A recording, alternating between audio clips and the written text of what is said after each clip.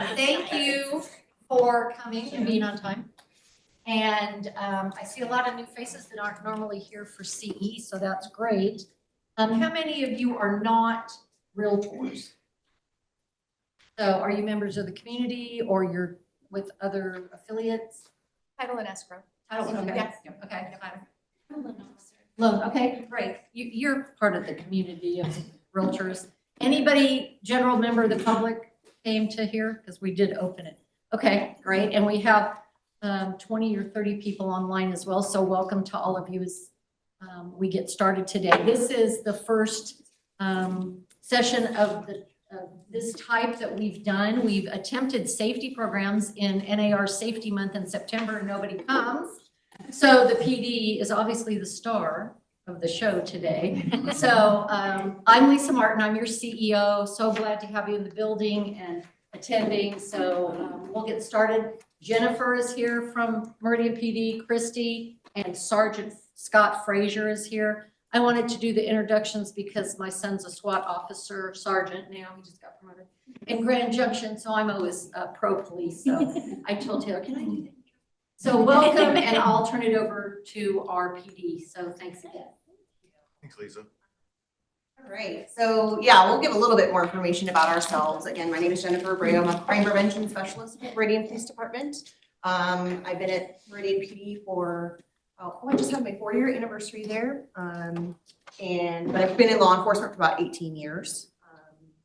So I live here in Meridian, got a couple kids. Amy's my realtor. That's it. And if you could speak up a little bit. Thanks for reminding me. Project. Okay, go for it. I'm Scott Frazier. I was born and raised here in Meridian, sergeant over at the police department. I'm also a real estate agent. I've sold one house to myself. Yeah, that's pretty much me. I'm just here if you guys have any questions or anything. Jen's going to kind of take the lead, but if you guys have questions or whatever, if you need something. So. And I'm Christy Boyce. I've been with Meridian PD, crime prevention specialist like Jen. I've been with Meridian PD for 8 years. Former agency from another state that probably is getting a lot of you guys some business right now. Still, hopefully, for 18 years. I was a crime scene tech though for most of that, and did community service officer / residential burglaries, vandalisms, all that fun stuff. So from the evidence side, I might chime in here shortly, but so total 26 years in law enforcement. I look like I'm 12, but it's okay. But yeah, no, this has been Jen's baby here for a minute, but it's a great program, and I'm glad we could share this stuff with you. And some real life scenarios, and also hopefully some new things that you may be not aware of. Yeah, so first of all, thank you to BRR for helping us get this going. I did a class similar to this back in that state that I also came from. Once after a bigger incident had happened down in the Bay Area of California where an agent was actually kidnapped and raped and murdered and all sorts of stuff. And so agents in our area were like a little, on edge at that time. And so we did a class for them and it was pretty successful. And so about last year, this time, I was talking to Tammy over here and we started talking about safety and asking her how her business was and everything. And she was expressing some of the concerns that she had and kind of my thoughts on that. And so I said, maybe we need to do a class. Maybe we can get into this community and talk a little bit about what we're seeing going on here locally. And obviously I work in prevention. So if there's not really anything happening, can we help to prevent that was really what we wanted to do. So that's kind of how this came to be. And so it took me a minute to kind of start conceptualizing this and start the planning.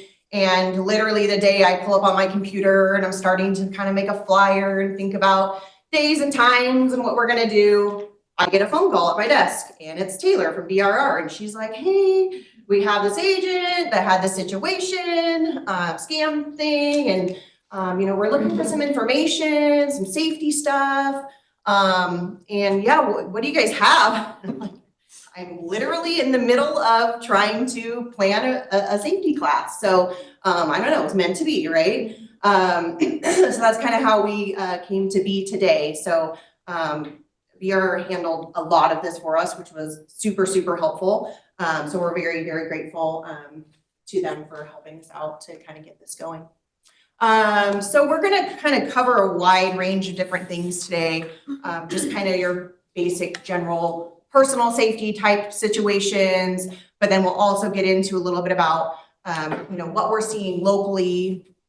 And I don't want to just stand up here and talk at you the entire time and death by PowerPoint, that sort of thing. And especially that's why Sergeant Frazier is here, is please ask us questions. If we start talking about something that you want to know more about, or we need to expand on, or you've had a situation that's come up, please ask us questions. We would rather this be more of a conversation than just talking at you the entire time. So like I said, I tried to kind of make this very just straightforward, but we want to know what you're experiencing or what you want to know about, rather than just talk at you, okay?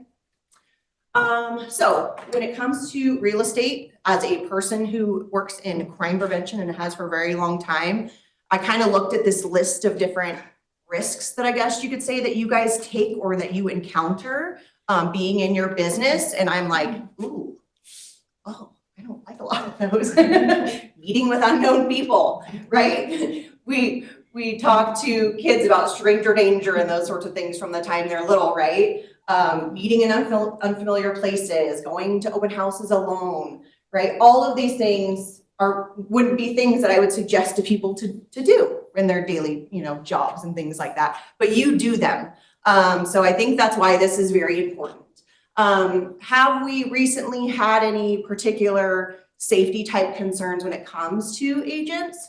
No, not necessarily. I mean, there may have been a thing reported here or there, but again, this is about prevention. We're hoping that we can give you this information. I think your market's picking up right now, right? You're kind of getting into your busy season with spring and summer coming. And we're definitely seeing, obviously, that huge influx of people into the area, people that aren't from here. And so that's where we really want to just arm you with knowledge so that if something does happen, you hopefully remember this class and some of the stuff that you learned, and we can avoid any situations that may come up, right? You know what to do. How many of you guys have ever had a weird or scary situation happen to you while you're out doing your job? A few of you, yeah? Something that just didn't feel right, or maybe something that scared you enough that you called it in. Yeah, I bet quite a few of you have had something. And then how many of you have some sort of a safety plan or some sort of safety protocols put in place that you think about on a regular basis? So that's good to know, because if we can help you with creating any sort of, like I said, a safety protocol or just things that you need to think about or do ahead of time so that when that situation comes up, again, you know what to do and you're not sitting there going, I should have thought about this already. What do I do? We can take away some of that, that worry. That's definitely what we want to do.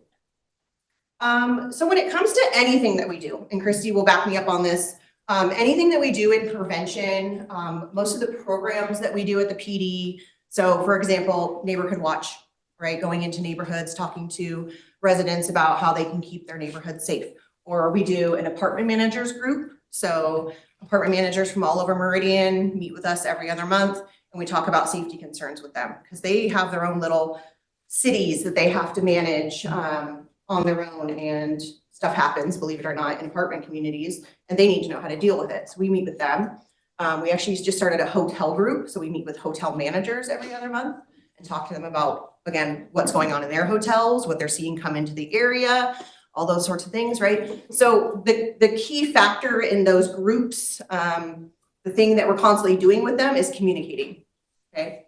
A lot of the times we don't know what's going on unless people tell us. We cannot be everywhere all the time.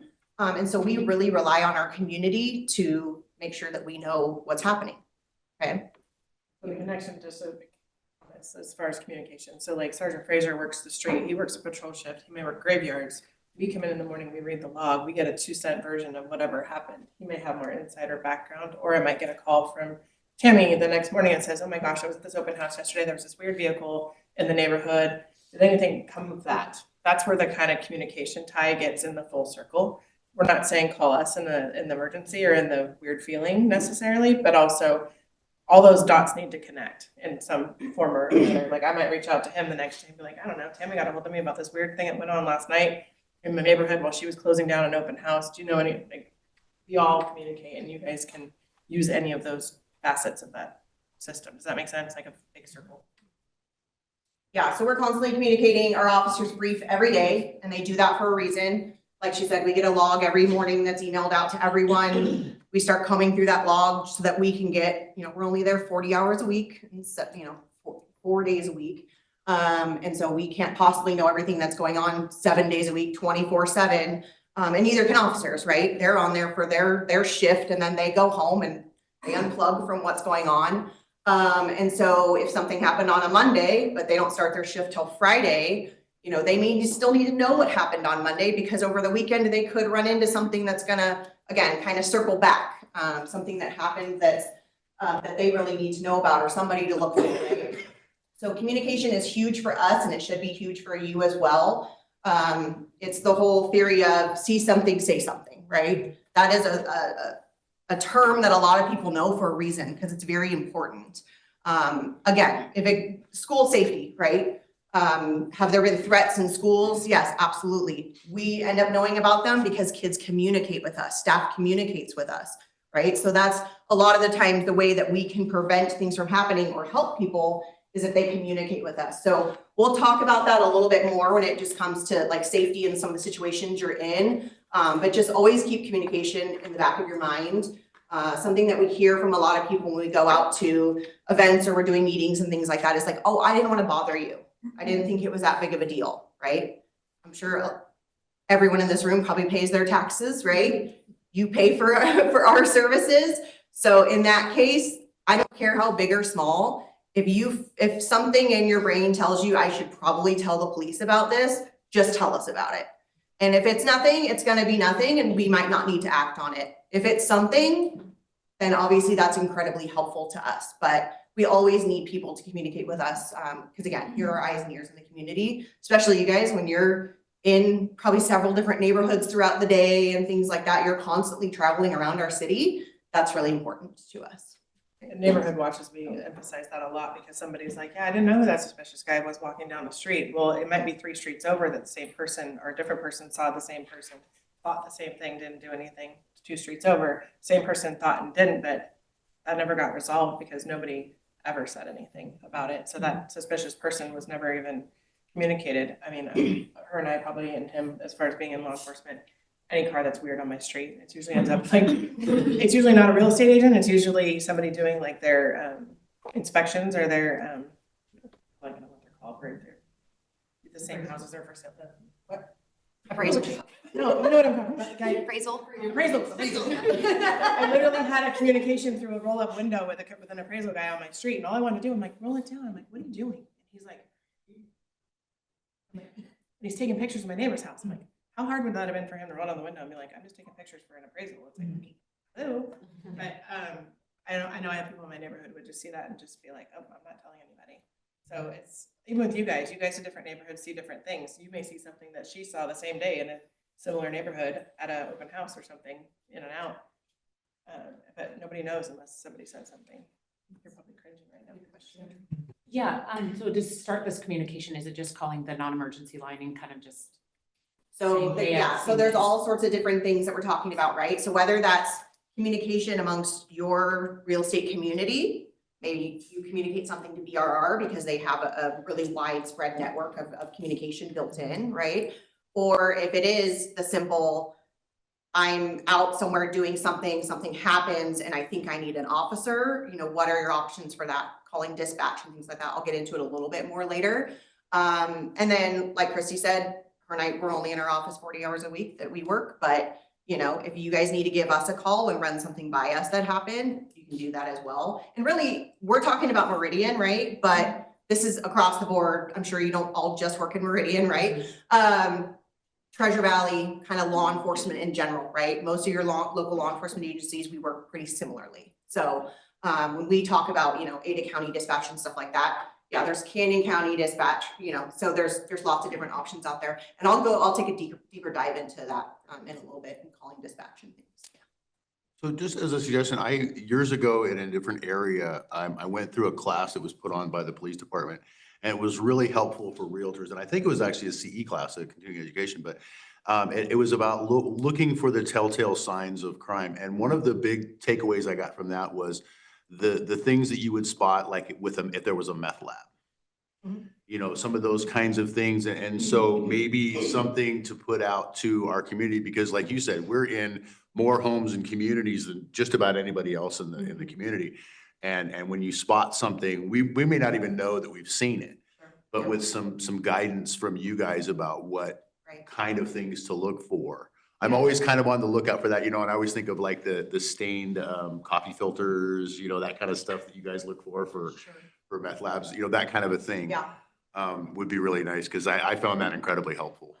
Yeah, absolutely. And I'm sure a lot of different agents who are coming from different states, they've probably seen quite a bit. Luckily here and I'm talking for Meridian right now, we have a fantastic, very safe city, right?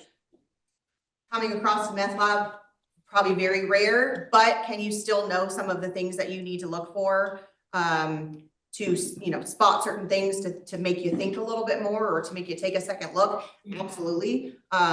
We won't necessarily get into something like that today, but Taylor and I were talking is, you know, can we come back again in 6 months or a year or something like that and do another class? So we definitely want your feedback. If there's something that we don't talk about today or you want to know more about, we will definitely jot that down, and that's something that we can talk about next time as well, or side conversation afterwards. So.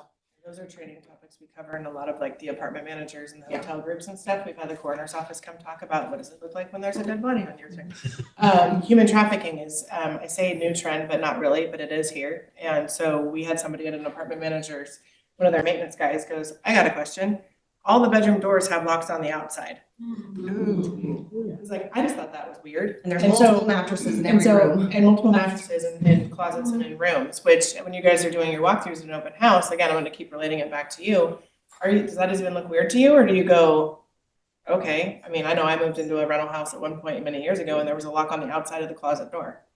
Like a key lock, like you stick a key in. I'm like, okay. And again, weird. So we have training topics like that. We had our undercover detectives come in and talk about human trafficking and what that looks like in the residential versus apartment complexes or the hotels even. Airbnbs, those are getting used in different ways right now for that kind of stuff.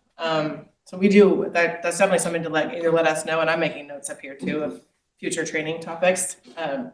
That we have guest speakers, we have people who can come in and talk on that stuff, and they love to come in and talk on it because they want to give you guys all the tools that you need in the back of your mind that you may or may not ever need. Mm-hmm. Yeah, and you know your industry best, right? You're an agent, but the two of us are not. So I don't know. You're the only two people in Idaho that aren't. Noticing that.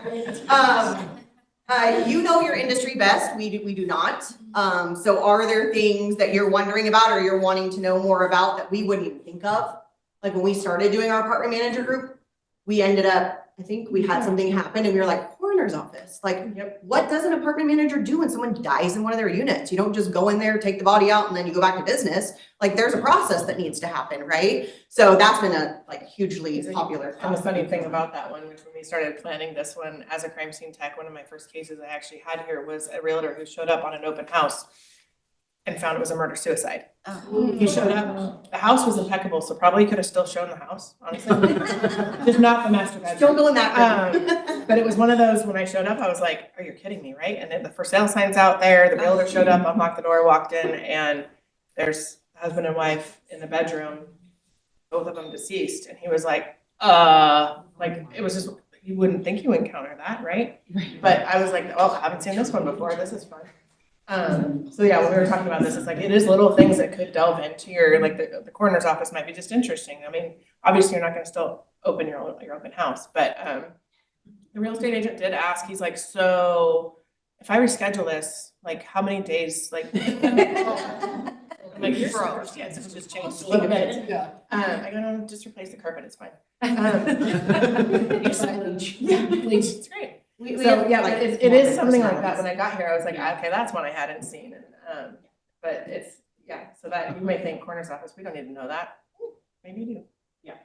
But you guys are working with people in a very important part of their life, right? A lot of their money is on the line. Maybe they're in the middle of a really nasty divorce. Maybe there's protection orders that are put in place.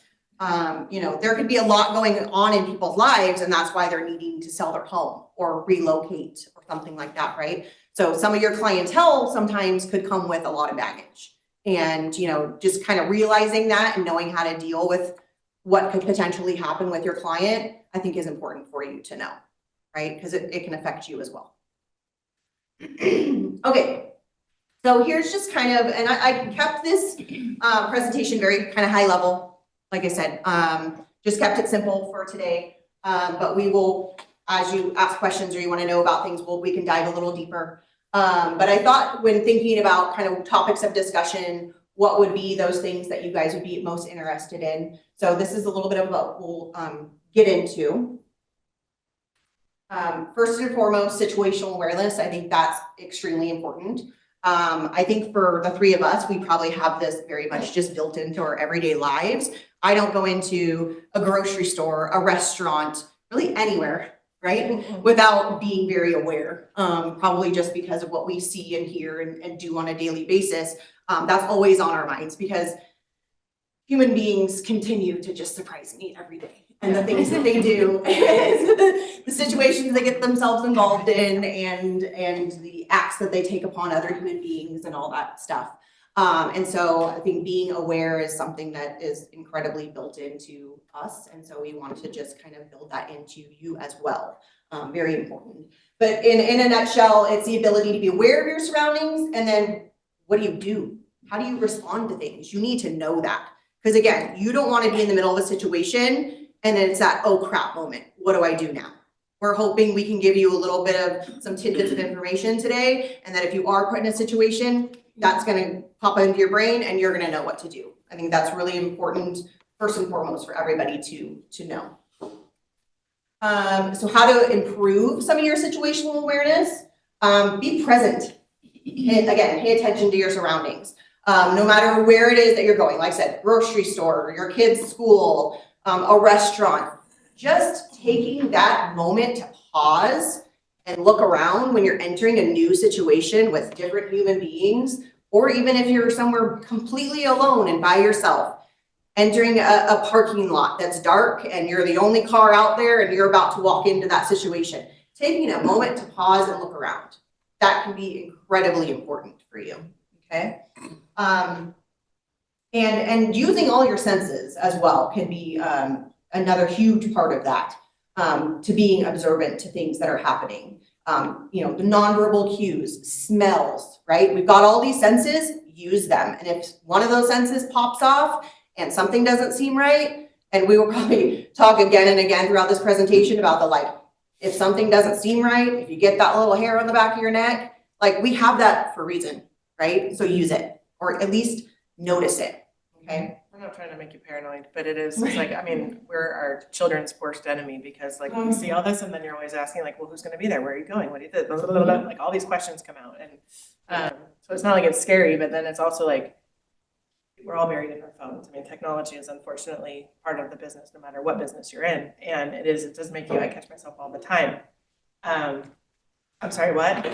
Because I'm reading something or looking at something and it's in public, it's at home, it's everywhere. And I do feel it's really easy to let that guard down, but also we're also the overthinkers. And so we're not trying to be scary, but on the other hand, we are a little doom and gloom, but sorry. So just like she said, limiting distractions, really loud music. I can't handle when I see people in public places and they have both earbuds in and they're probably noise canceling because all of them are now, and they're listening to a podcast or the radio or whatever. And I'm please stop. Because if something happens, right, everybody hears, and I'm, again, not trying to be doom and gloom or the worst is going to come down on everybody, but, your active shooter situations. The first clue you're going to have in that sort of situation, if you're in the middle of Walmart and something happens, is probably either people screaming or gunshots, right? So no matter what situation you're in, if you're taking one of those really important senses away, that can be a problem, okay? I have on here, trust your instincts, right? I said I'll say that over and over and over again. We also have communicate on there, and I already hit that. Reporting things when you think that it's relevant. And then having a plan and knowing what the heck you're gonna do. Like, and Sergeant Frazier will talk about, like, you don't go to a restaurant or a public place with an officer and they'll do certain things that they'll do, because they're in that situation. Do you want to elaborate? What's that? Like, When you go to a public place, what are some things you do in the personal world? say you're going to a restaurant, like, what is you an officer, what are you gonna do? What do you I just think? like to sit somewhere where I can see everybody, you know, where you can kind of see everybody and Yep. observe people coming in. That's one thing I noticed that I do is like meeting and it's like, okay, that dude checks out. Keep watching everybody coming in. It's kind of interesting. Yeah. But yeah, just being aware of your surroundings and stuff like that. Mhm. There's some other things too, like, oh yeah, sorry. Sorry. The way you present yourself. Like if you get out of your car, and I'm sure we all do it, but you got like purse in this hand, coffee in this hand, you know, your phone's like under your armpit, you're like, oh, makes you a pretty easy target for somebody who's looking for that opportunity to be like, oh, they're distracted, they have all this stuff in their hand. You get out of your car like, boss, you're dialed in, you got all your stuff put away, and you walk with a purpose to where you're walking to, people are gonna be like, oh, person, you know? Yep. So those small things, if somebody's out actively looking for an opportunity to commit a crime or, you know, whatever they're looking for, the way you present yourself, do you have your stuff together, or are you kind of an easy target where you're really distracted, you got other stuff going on, like I said, you have all this stuff in your hands and everything like that. That's a big one too, that can kind of turn people off to you immediately, just how you present yourself and how you carry yourself. He's usually a grave shifter, so this is usually his sleepy time. We thank you for sacrificing your sleep for us today. I want to say something about trusting your instincts. We have a lot of apps out there that you all can get now, and one of them especially that will gather and aggregate data from several public sites to tell you about a prospective buyer or seller. And it uses a phone number to do that. Keep in mind that most perpetrators commit acts of violence many times before they're actually prosecuted and have a judgment against them. So if you're using that type of an app and you're like, oh, this person doesn't have any problem, but your instinct is going off that, oh, that's weird. They said it would be the husband and wife and it's only the husband and we're out in the middle of the country and it's dark and he's blocked me in to the driveway. You know, you need to keep those instincts at the forefront, no matter what product you're using. Because I have too many people saying, oh, well, I looked him up on such and such, which I'm against this particular app, so I'm not saying their name, because I think it gives you a false sense of security. So just be careful and trust those instincts. I used to teach for National Center for Missing and Exploited Children. We put a lot of emphasis on if it makes you feel yucky. So just follow up on that. Can you say the name of one or two apps that you would recommend for that? I do like the apps that will trace you with like a friend or a relative can see where you are so that they can get in touch with you. And also the ones that will call you or call somebody if they haven't heard from you in a few minutes. So then when I used to practice, I had my phone on the whole time, but I also had my husband with me almost all the time. So I always went, when I was selling or doing open houses, 2 people. My open houses had cameras in 3 different points in the house to record what was happening. I have actually shopped realtors in the past and gone in and been able to take stuff from the property because they were not paying attention and walk out to where they were and say, I just got this jewelry from the back, to show them that without making sure they're protecting themselves, they could be hurt. The day that we booked Meridian, the association I used to manage in Tennessee lost a realtor who was coming home from taking her kids to school, and the ex-husband was mad and killed her in the house. We lost a realtor in Denton, Texas. They still haven't found him, and one in Alabama, just in the last month, that have been kidnapped from working areas. So you have to be careful. But there's a couple apps that come on, like iPhone has one that's tracing you, or that will call somebody for you if they haven't heard from you in 5 or 6 minutes. So any of those that are contacting somebody for your safety, I think are great. Ones that are telling you about somebody aggregating data, one, we all know how great the data is at tax records, right? So yeah, I want to count on that all the time. So but more so, and this comes from, I teach a lot from Others Against Drunk Driving. It takes 73 times for somebody that has driven drunk before they actually get prosecuted. And if you apply that to sexual crimes, to violent crimes, you're seeing the same thing. It takes a while for prosecutions to happen. So somebody could have 5 or 6 pending felonies against them for prosecution, and you're showing property. Now, that's not to say somebody with a felony conviction for DUI can't buy a house. I'm not saying that. So you have to also weigh who and what you're talking about. But the instinct is, if I could magically wave a magic wand over realtors, it would be instinct, just use that. Yeah, absolutely. Yeah, and I didn't go too much into the technology thing on this presentation, just because I think you guys are better equipped to tell people, to tell them what apps are, I haven't used any of them myself, so I typically won't recommend something unless I've used it myself. Because, there's all kinds of stuff that gets thrown out there, and whether or not it's actually then something that works really well is a whole nother question, right? So, but when I was doing a little bit of my research on everything else, there was definitely some websites out there that did kind of comb through some of the apps and talk about them individually and what, they have available. I Yes. would like just to bring to attention, and maybe this is something we can do for BRR, but Tether RE is made for realtors by We are realtors, looking at that. and they're incredible, based out of Twin We've had Falls. one presentation already. So yeah, that is what I'm looking at. Thanks. You're welcome. Tether RE. Yes. So I don't know how many people are aware, on your Super EE app, Oh, yeah, that. there is an alert button that you can program to send an emergency message to someone in your contacts. And it's literally, you're walking through a house with your E-key in your hand. All you have to do is hold your finger over that button for a couple of seconds, and it will send that emergency message to whoever you've programmed in there. Yeah, So all go- of you should have that. Yeah, and you should definitely, and I have it set up. I mean, I'm, obviously a little bit less worried, but we've also done things where we have it set up had it set up in our office where the agents, especially the female agents, if you're going somewhere to show property, or you're going somewhere you're not 100% sure, we would set up a thing, and I would set up a reminder on my phone, and I would call them every 15 minutes and check in with them. And the key phrase was, if they told me everything was fine, there was a problem. So I call them up, and if they're worried about something, they say, no, everything's fine. I know to call these guys or to do something. So having something in place like that, just to check in, but that alert button, that you can just be walking through a house with your finger over that button, and all you have to do is just push the button if something happens, and someone in your contacts gets an emergency message. One of And the they greatest know- benefits, yes. They know to follow up, and that's something that you guys all have. All you have to do is go into your settings and program it. Awesome. Thank Yeah, you. you have the technology, right? Yeah, So absolutely. you might as well use it. I mean, any officer will tell you one of their greatest forms of safety is gonna be their radio.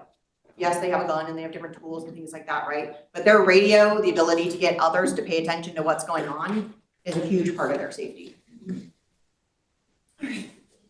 Yeah, I was just gonna say, if I'm showing a house to someone I don't know, I always try to get there early. So my back's not to them, trying to unlock the door, I can get in, I've got my mace tucked away, where they can't see it. And just, so you're not, your back's. All those little things. What's that? No, go ahead. You guys all familiar with I-courts? You ever heard of that? You know, anybody's criminal history in Idaho, it's free, it's online. What's it called again? I-courts? I-courts. Go on You can there, find it'll out. make you search, it'll make you search by county, but it actually pulls from the whole state. I don't know why they started doing that, search by county, but it'll actually pull the whole state. You can go on there and you can get anybody's criminal history within Idaho. It's not pretty, but it's. Sometimes you'll pull stuff from other states. Every state has it. Most states, it's called a repository. So if you just Google like Georgia State Repository, most states are free. California makes you pay for it, but most states are free. And you can pull anybody's criminal history. So if you guys get a buyer, it doesn't hurt to run them through I-courts and you can see what their criminal history is. You know what I mean? And it's all right there and it's free. It'll show on there whether they were convicted, all these different things. So that's a really valuable tool. I do that a lot for different things. Find a car from somebody or whatever, it pulls just look them up, and if it's like fraud. I was really surprised actually coming here from California, because I worked with the system there at my old agency, but then coming here and seeing how much iCourts actually does, Yeah. there's a lot of, I'm like, oh, it's like you said, fraud. I'm like, oh, somebody doesn't pay their DMV. Even if they weren't convicted, the case will still be on there. And you can look, it'll show all the different things that they did for the case. Typically, if there's like a charge and then like the next line is like dismissed, frivolous, but if there's a long drawn out case history on it, probably decent likelihood that something like that occurred, right? Maybe they didn't get found guilty or whatever, but anyway, that's one of the things that you can look at. It's a really good website. It's local, especially if you have local buyers, it's really good. So. Is that not the repository anymore? It used to be called the repository. They changed it to iCourts, but most other states call it a repository. Okay, I haven't looked for many years, but it used to be the Used to repository. be, yeah. Most states call it a repository. Ours is called iCourts now. But yeah, it's a good. That's probably your best tool. And then social media, people put their entire lives on social media. Yeah, and I mean, with any local law enforcement agency, depending on the address of where something occurred, if something happens and you're wanting to know more information about it, obviously you can do a public records request with your local law enforcement agency, for whatever jurisdiction the incident occurred. You just need to be able to justify why it is that you need that information, but when you, again, contact that local law enforcement agency and you have the address, they will ask you questions kind of like, were you involved in this personally? Why do you need this information? That sort of thing. A lot of that information you have to pay for, and it'll take usually 10 business days and things like that. But you can get information from your local law enforcement agency as well. It just may be redacted in some way as well. It's including juveniles, domestic violence, things like that. It's not going to include a lot of information, but that's a possibility as well. All right, so I think we just covered verifying clients, really just making sure you're knowing who you're dealing with before you're, again, taking them out, having them in your vehicle, things like that. We talked a little bit about informing your colleagues of your location and where you're going, whether that's just your office knows what addresses you're going to be at for the day, or again, you're using an app that's going to tell you, tell them your location. Or you're using different features that the iPhone already comes with or something like that, right? Just at least letting people know. Like, I know just in our office, we live and die by our calendars, so we always know where each other's at. And so that if we go out to an appointment, a meeting, something like that, we're gonna know where we're at. Scouting out locations, and I think somebody had already kind of mentioned this about when you're going to, preview a property, or even just doing, if it's an open house and you've already been to this home a couple times, just taking a little spin around the neighborhood, or kind of checking, things out at the neighbors' houses and things like that before you get there. You may see something that's gonna, again, give you that thought of, okay, this isn't right. But just making sure that the situations that you're coming into. Any of you have a routine? Like, I know I'm OCD, I do the same things all the time. Like, I turn on every light in the room in my house every time I walk through it. Not 5, but do you guys have, like you said, you usually get there, you have does you have any other things that you guys could share amongst each other that are just your thing that you do before you go to a property, or before you get to a property, or a routine? If it's someone I don't know, I'll give my husband the address, because even though your location service is on, if somebody bashed your phone, then they couldn't find you. So please make sure, if it's someone I don't know. Or they take your phone with it, and then now you're moving. Yeah. Anything else that you guys do on a regular basis? Thumbs out. Just curious. It's food for my brain too, but. One of the tips that we've always been given is never walk with, like you said, somebody behind you. Put people in front of you. That's a big one. And then after open houses and things like that, checking windows. Because that was a big thing. People would go through an open house and they would unlock a window and then come back later and sneak in. So it's not the kind of thing I've heard about a lot here, but other areas where we have higher crime, we've seen that. And some of those people are coming here. So yeah, and we'll talk about that in a little bit. We'll definitely actually dive into some of the property crime type stuff and things that you can help to look for. Yeah. I know some realtors have been using their own Ring or Nest cameras for vacant properties and having them in there so they can make sure there's not squatters And so they're watching their vacant properties when. Yeah. Yeah, I mean, I have cameras not only on the outside of my home, but I have a couple inside as well. I like to say they're for watching my children, and when they get into fights, they're like, look at the camera, she did this, he did that. I'm like, okay, I'm about to do that anytime. That's for you. It actually is more accurately when her dog gets on the couch and he's not supposed to be there. That's but yeah, we have such great technology now. Super easy to use. I mean, and this is just within the last handful of years. Some of the technology that we have now and how far it's come and how easy it is to set up, right? Most of them, all you need is a Wi-Fi connection and it's gonna set itself up from there. So being able to, take cameras to vacant properties and things like that can definitely be helpful. You know, even if you're able to set something up out front so that, you know, and it's motion detected, it's gonna give you an alert when someone's approaching the house at an open house or something like that, right? So It's something too, as a listing agent, you can use as a benefit to your client. I bring this to help monitor since your property's vacant. yeah, absolutely. You guys all familiar with AirTags? Did you say air tags in your shoes? Yeah. Where my kids at? In every pair of shoes? No. I'm like, he's got two girls. AirTags and are they're fancy. expensive, you gotta move it. But you have them put them in their shoes every day? I like that. So you know where they're at. Yeah, AirTags are fantastic. If you look on Amazon for AirTag holders, there's all kinds of different holders you can get. Like, I've seen the shoe ones that go inside. I've seen ones that can like lace into their laces on their shoes. Ones that go in like a necklace. You can even put them on your dogs. Yeah, there's all sorts of The reason I possibilities. say in the shoe is because nobody's gonna look You there. see that. If you put it underneath the pad, like the inner sole of your shoe or Do they whatever, walk a little nobody's gonna like like look in crooked?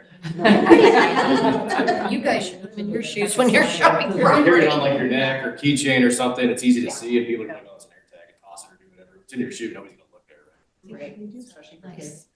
Was there a question in the back? There was an online question, what cameras are being used to?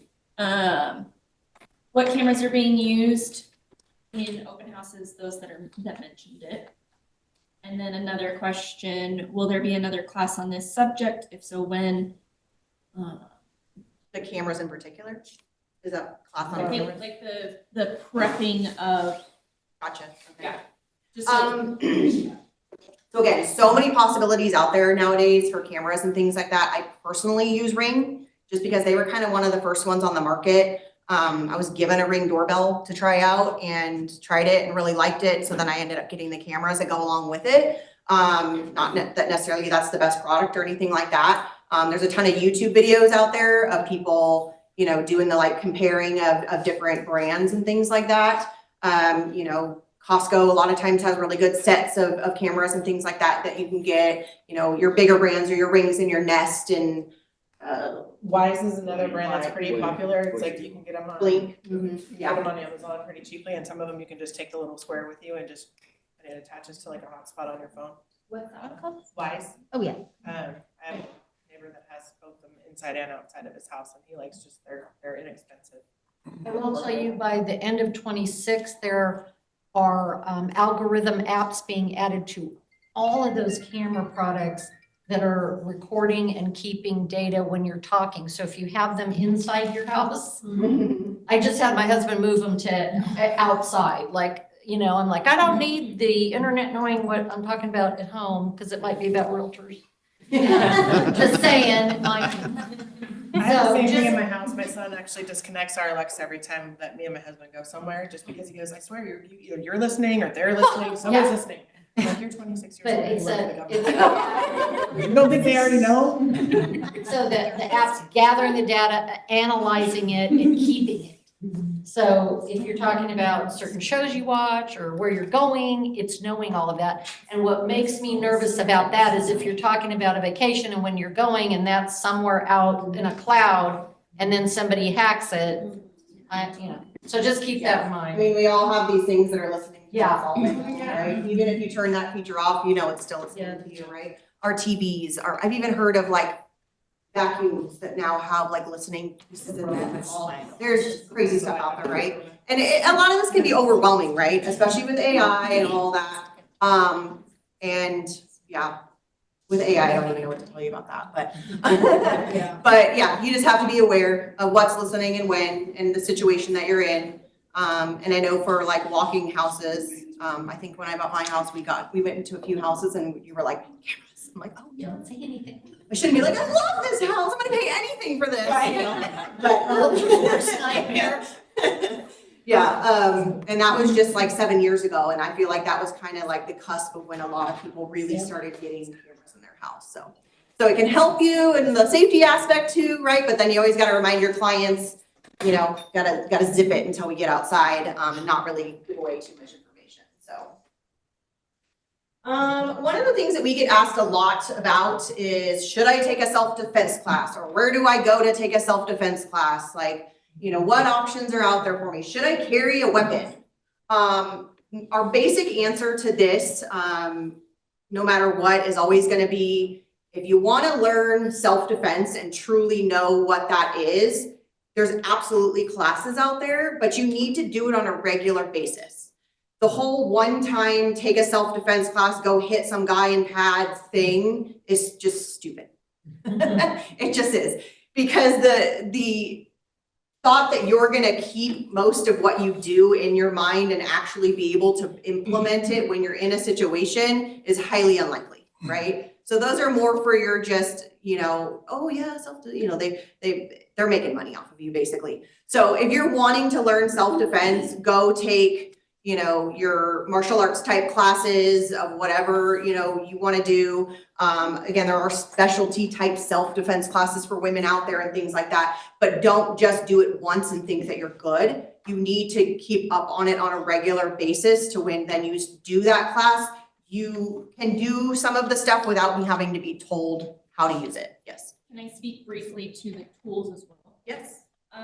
Be very watchful of what you are using for self-defense tools or mechanisms. Yes. Or that sort of thing, because if you have a mace or a pepper spray or whatever it may be, depending on the type that you use, you could get spray back.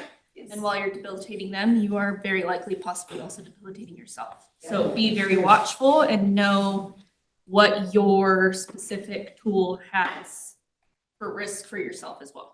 Yeah, that's literally, yeah, what I was just about to talk about. So when people ask about, If you fall down.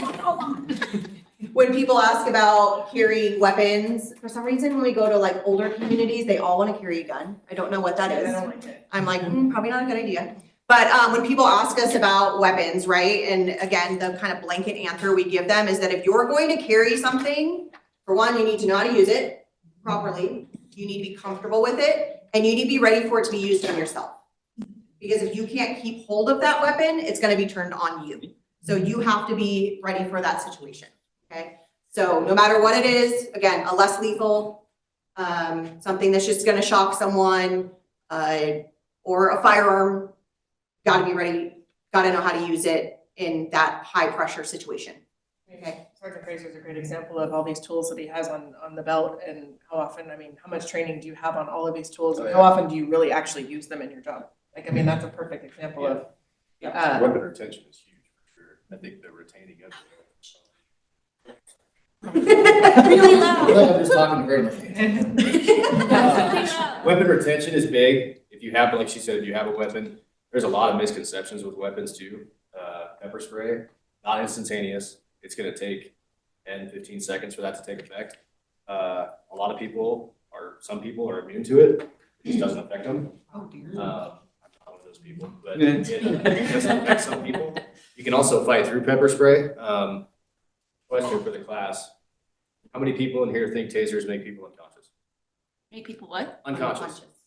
Like in the movies, right? You tase somebody and they go out. They're like, They're just done, right? That is not a thing. That doesn't happen. If you tase somebody, the minute you stop tasing them, they're fine.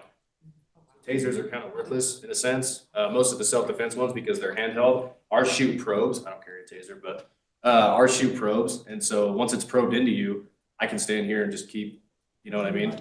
And so it's a little bit better in that way. But if you have one of the handheld ones and I walk up and I tase Jen, as soon as I pull it off of her, she's like, oh, okay. And then the fight is on. It can be a distractionary thing momentarily for you to get away, but it's not gonna like, don't watch the movies and be like, oh, I'm gonna put this in this guy's head. He's gonna go unconscious and I'll be able to run out and be totally fine. That's not how that works. Your best weapons that you can probably use are like impact weapons, meaning, some sort of bludgeoning object. I'm not trying to be gruesome, but some sort of heavy object that you can, I'm not saying carry a hammer with you, but that would be a good example. That would be a good example of like an impact weapon, right? It's like a hammer or something like that. Is it legal for them to carry like baton? Yeah, you guys can carry anything in this state. You don't have to have a license to carry a firearm. You don't have to have a license to carry anything. You can literally carry anything that you want in this state as long as you're not a felon. I mean, all of your schools and classrooms right now, the teachers, I've gone on lockdown drills with our SROs, and they all have a weapon in their classrooms, and it's either been self-brought or provided by the school, and it's everything from a golf club to a stick to a baseball bat. Like, I see people walking down the street these days, I mean, like older communities usually they just have their golf club with them. I'm like, is that a cane, or are you gonna whack somebody with that? Or are you just moving the dog food? Either one. Yeah, I've heard of like these non-lethal tools like a gun, but it's not like a real bullet. And it's like they kind of design it so that way you feel more comfortable if you want to carry a tool, but then you don't have to be close to the person. It's like you can almost threaten them from a distance, but then, you're not scared, you're actually gonna. So that type of thing. Have you heard of those? Like, do you have an opinion on those? They make, you can even get, you can get pistols that will shoot like beanbag rounds or even bird shot or something like that. A snake shot is another one that you can get. Like, they're pointless in my opinion, because again, they're gonna have minimal effect. And if somebody's in like a fight or flight type thing, adrenaline dump, right? You're not gonna feel it really. You might a little bit, but if you are to a point where you feel that you have to do that, really think about, do I want to risk doing it and having it not be effective? Because then you're like, now I have this in my hand. It obviously didn't affect them, and now I'm kind of screwed, right? So think about that when you're thinking about if you want to carry a weapon or whatever. I'm very pro firearm. As a deterrent, number one, if you're in a situation, as soon as that comes out, it's like, oh, God. And then, yeah, if you have to use it, they're reliable, I know that's hard for people to think about in the community, but it's a possibility, right? With those ones that kind of look like a gun, but they're not a gun, just also be aware that you're gonna be seen as holding a firearm, right? So if someone comes at you with a firearm, are you gonna meet them with a golf club? No, you're gonna wanna meet them with a firearm as well, right? Equal. And so if you're gonna pull that on someone, could they possibly then pull a firearm on you because they're meeting you where you're at? Also, is law enforcement gonna know? I know they make them different colors and things like that, right? But is he gonna take his chances on seeing you with that in your hands and just going, oh, well, I think that's one of those less lethal ones, but I don't know, is it? No, he's gonna meet you with his firearm as well. So, all those things, right? It's not just as simple as, I need to have a weapon on me. There's a lot more that people need to think about and take into consideration on what they're gonna have. Yeah, she's absolutely correct. If somebody pulls out a gun and you're like, I have this one that doesn't shoot real bullets or whatever, it puts you at a disadvantage. Like I said, it's hard for a lot of people to think about. But the other thing to understand, if I go out right now and I stop 10 vehicles, I guarantee you 8 of those people have a pistol on their hip. Wow. Think about that for your clients, right? I can guarantee you that some of your clients, especially if you don't know them, they're going to be just like you. You're like, hey, I've never met this person before. And they're like, hey, I'm going to meet this sketchy real estate agent. I don't know. There's too. So think about that. A lot of people in Idaho carry concealed firearms. You just don't see them. Is 8 out of 10? I would bet. Yeah. I mean, and most of them are like, hey, I have a gun. It's like, cool. Don't touch yours. I won't touch mine. Sweet. But the concept that as we get officers from that lateral from other agencies or other states, they're used to taking all that stuff away from people, and the majority of people here have them. That's why I think our burglary, like residential burglary, I mean, everybody in Idaho has a gun, so you don't know what you're breaking into. So it is kind of a little subconscious thing, and yeah. But we had guns come into our evidence room that were real guns that had orange tips. People would spray them just because it's, I guess, it looks like an airsoft gun. It's laying on the back seat, but it's really a real gun. Self-defense or weapons, like if you're going to do it, do it. Especially with like self-defense, if you're going to hit somebody, hit them very hard. It's going to be a lot better for you than hitting them softly or medium 10 times, right? Hitting them really hard one time is going to do a lot more for you. It's the same thing with whatever weapon you decide to have or decide to carry, if you choose to carry one at all. If you're going to use it, use it. and make sure it's effective. And like I said, when you look at the wide range of weapons that you can choose to carry, especially for females in the room, firearm's gonna be your best bet. So when I'm saying I have a particular set of skills, I will find you and I will hurt you, that's not working anymore. You said that to me, Do I'd you be shake like, your all right. finger? Actually, you'd be pretty scary. All right. Use your mind voice. We have an online question. What's the best weapon for an aggressive dog? Or an aggressive dog. Oh. Pepper spray. Pepper spray is gonna be the best for dogs. It's effective on dogs, but again, like she said, I would freak out. no, when you use pepper spray, you are going to get contaminated as well. Yeah. It's a fact. It's not like, oh, I sprayed it over there. You'll see the stream of pepper spray come out. That's not what's affecting them. I mean, it is, but once that pepper spray hits, it's an aerosol, so it goes up in the air, right? And you're gonna get infected no matter what. There's no situation you're gonna be in where you spray. I could go spray somebody in that open field right there and I would still get contaminated. Is it worth, like, the PD makes the officers do it so they know what it feels like? Is it worth it for us to do that or not? That'd be a fun field. I mean, it's not anything, it's a total mental thing. I mean, you can fight through it, absolutely. Oh. But first time exposure, you're gonna freak out. You wanna clear out your sinuses? Yeah. It locks up your ability to breathe Yeah. and everything like that. So And it then can releases be, all your mucus. yeah, it can be challenging, but as long as you have in your head, like, this isn't, you can get through it. It's not gonna kill you. It'll last, well, the first time or the second time. So the first time you get sprayed, I don't know, I'd say in probably 30 minutes, you'll be okay. Your face is gonna burn for a couple days, but then once you go home and you get in hot water, it's gonna reactivate. You're gonna be in the shower. You're I like, oh my recommend God, I can't see showering like anything this. again. It's like you're getting sprayed all over again. So is there anything to deactivate it? You just gotta continue showering until it's all. I've heard Nice milk water. helps. Is that? No. Yeah. You wanna dump milk on your Yeah. We have another question in the back. 2 online questions. Are there, 3 online questions. Are there any legal repercussions for defending yourself if you unalive someone out of defense? Out of what? Like, Ask if you unalive someone out of defense. You kill somebody. So again, blanket answer for that, because we get asked that a lot as well, right? You have to be in fear for your life or the life of, say, if you're with your family or something like that, right? You have to, but you're gonna have to articulate that. Mm-hmm. Depending on the situation that you're put in, are you gonna have to answer to a jury of 12 of your peers? Possibly. Anything to add to that? No, she's correct. It's not, yeah, you have to be in fear for your life. You also have to be able to justify it, right? Yeah. Or that's different depending on the person too, right? Females in the room, if somebody comes in and physically starts attacking you, you're probably justified in doing something about that because you have no idea. This person's going to likely overpower you. If they're a male, this person's likely going to overpower you and you're a lot in that. Whereas if it's me, they're like, you got to fight with a guy and you shot him, like, why? So it varies. It's situational. There is not a blanket answer to that question. It's a tough question to answer, but yeah, if somebody, I'm not saying somebody has to point a gun at you before you shoot them. It's different for everybody, depending on your stature, size, everything like that. But I would say in real estate, if somebody comes and you go into a house to show somebody a house and they start physically attacking you, they've bought and paid for that. They obviously have an intent to do something to you.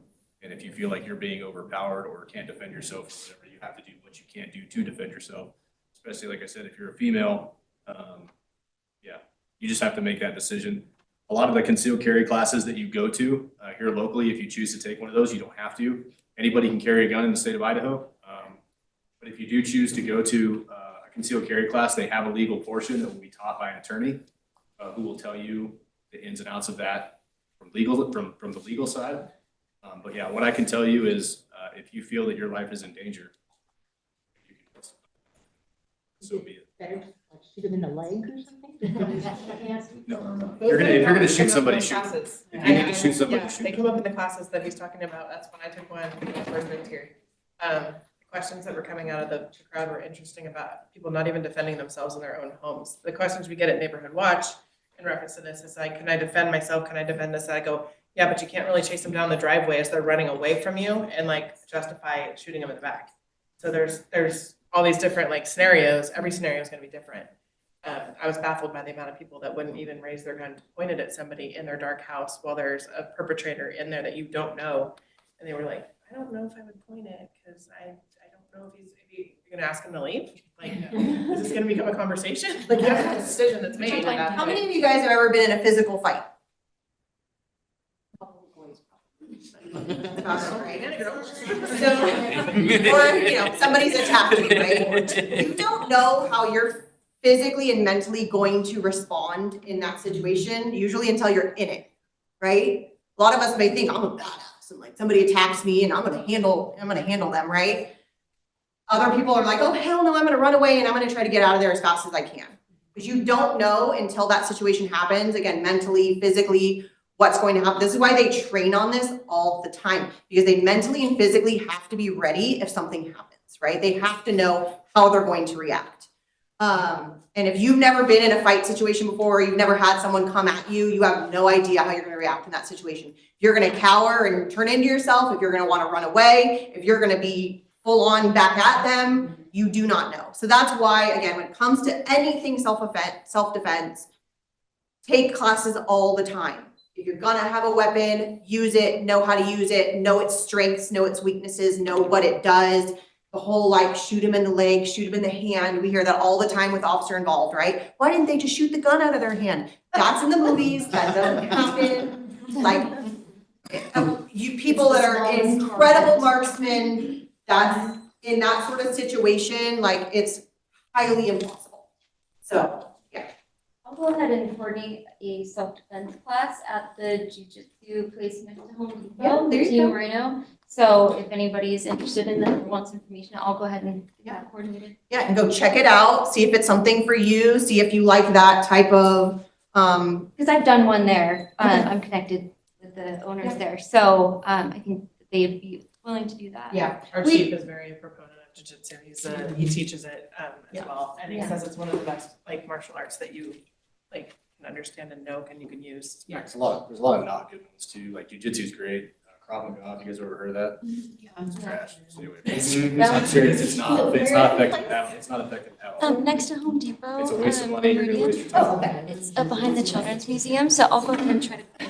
Behind the what? Behind the Children's Museum. Oh, yeah, questions are, Okay, right by Panda. You pretty much covered the second of the three questions, which is, are there any stipulations around what's considered self-defense? And essentially, it's what you can back up as per your situation, so it's a little muddy. Yeah. But the other question is pepper spray, is gel, goodness gracious. Is pepper gel a better option than pepper spray?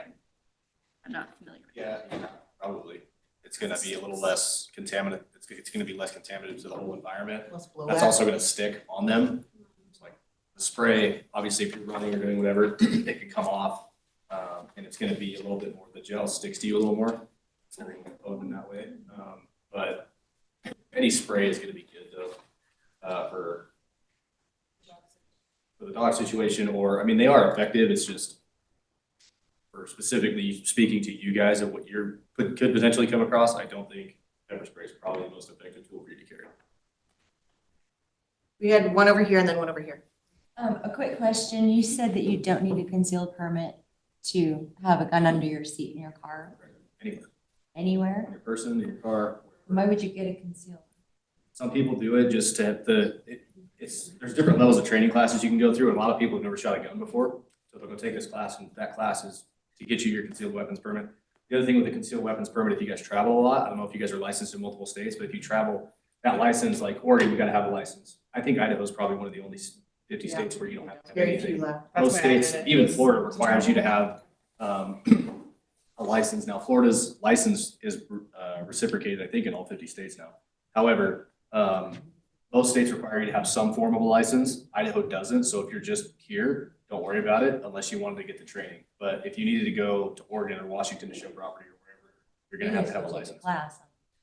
Take a concealed permit. Correct. You don't have to take that, but yeah, you can go take just a regular So firearm. most of your store, any of your gun stores around here, they'll be able to tell you, they themselves have classes or where, different classes are and stuff like that. But again, buy it, take that initial class, or a lot of them, you can use it before you want to purchase it to see what it's like. But then make sure on a regular basis, you're getting to a range or you're taking more classes and things like that to stay, up to date with yourself.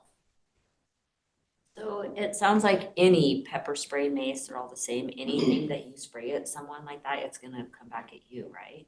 It's not gonna come back at you, it's just you have to understand how it works. So if I spray Jen from right here, it's gonna create a cloud that's probably up to that pipe and then probably to her.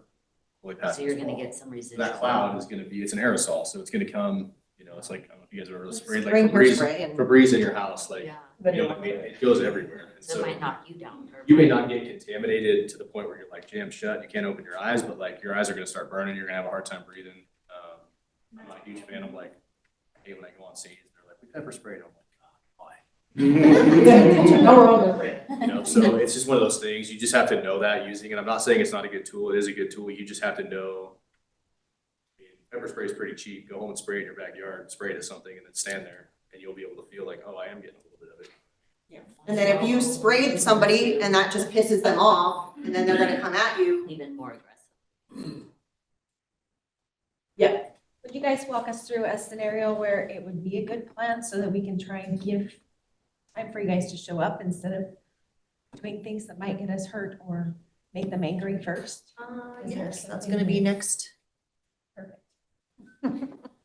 How, when, and why should I call dispatch or call for any sort of help in that matter?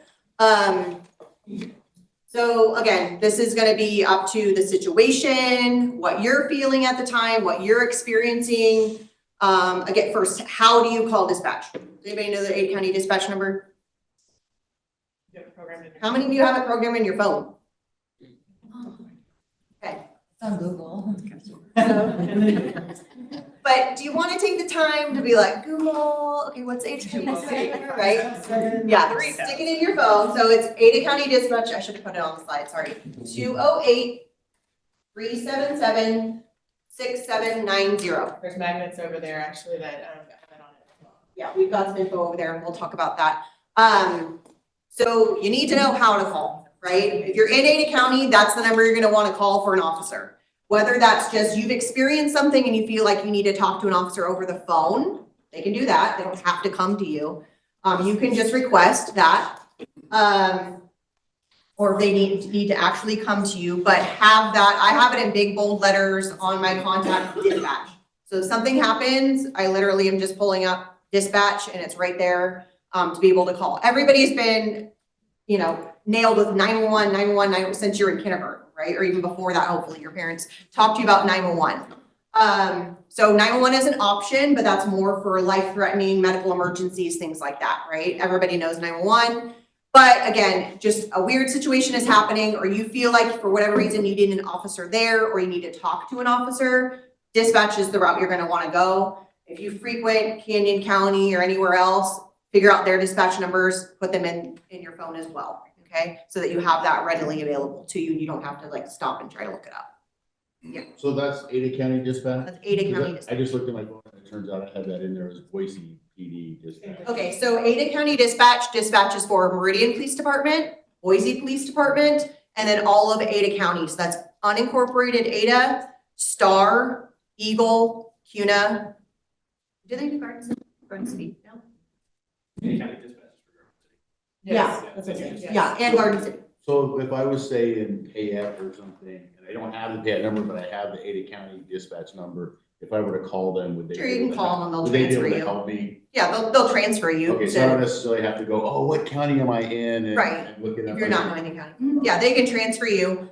Just realize though, different times of the day, stuff that's going on, you may get put on hold. So you may call, the first thing they say to you is, Ada County Dispatch, can you hold please? And usually they don't even wait for an answer, they just put you on hold. Because if it's so important of a situation that you feel like you can't be on hold, that should be a 911. So just again, depends. There's only a handful of dispatchers on during certain times of the day. And if you get something like the other day, we had several calls at the same time. We had a fatality accident happening. Do you imagine how many calls they probably get just on one vehicle accident? Everybody that's seeing what's happening all at once is calling, right? So they can only answer so many of those calls. So just kind of depends on what's, again, going on, what time of the day it is, all those sorts of things when you call. Again, if they're backed up, they'll tell you. If it's a you just have some questions, you need to run something by an officer, whatever, you're gonna be a lower priority, they're gonna figure that out. Again, people will not want to call because they're like, I don't wanna bother them, they're probably busy. Call, let the dispatcher figure that out, okay? They're gonna start asking you a whole bunch of questions. And they know what their job is. They know how to get that information that they need out of you. They actually have prompts on their screen that tell them what they need to ask you to get the information that they need so that they can then prioritize the call properly and assign officers to it, okay? So you may be what we call a pending call for a little while if it's something that's not as important. But if you're calling and it's an oh crap situation, I need somebody here now, they're gonna prioritize you and then they're gonna turn on their lights and sirens and they're gonna go driving towards you, okay? Good things for you to know when you're, again, dealing with people, things that they might ask you: height, weight, sex, color, approximate age, clothing, direction of travel is huge. If someone takes off, they're gonna wanna know what way they went. So if you're at a house on a particular street, you can remember that street that you're on and, you know, they headed west down whatever, or a landmark, right? If you don't know your directions very well, you know, they ran towards the McDonald's at da-da-da-da-da, okay? That's gonna at least kind of give them a little sense of, you know, if they see a person running or walking, you know, looking strange in this area, maybe that's the person. And then obviously name, if known. But I just think it's really important. So again, you were kind of asking like, you know, when should we call or why should we call? Again, it's gonna depend on your situation, your feelings at that time. We're telling you, you know, depend on your senses and your situations and things like that. Just don't try to take things into your hands if you don't have to. That's what they're here for. That's why you call. You know, if the person needs to get away so that you can be out of the situation, let them get away, okay? You don't need to stay in the situation if you don't feel like you're safe. You know, keeping that distance between people is really important. Just keeping an eye on people. Everybody knows some of the, you know, cues that people will give off and things like that when they're looking a little shady. But again, remove yourself if you're feeling like you're in a situation that you shouldn't be in, and just be the best witness you can be, is what we always tell people. Gather all the information and then give it to us and we'll try to figure it out from there.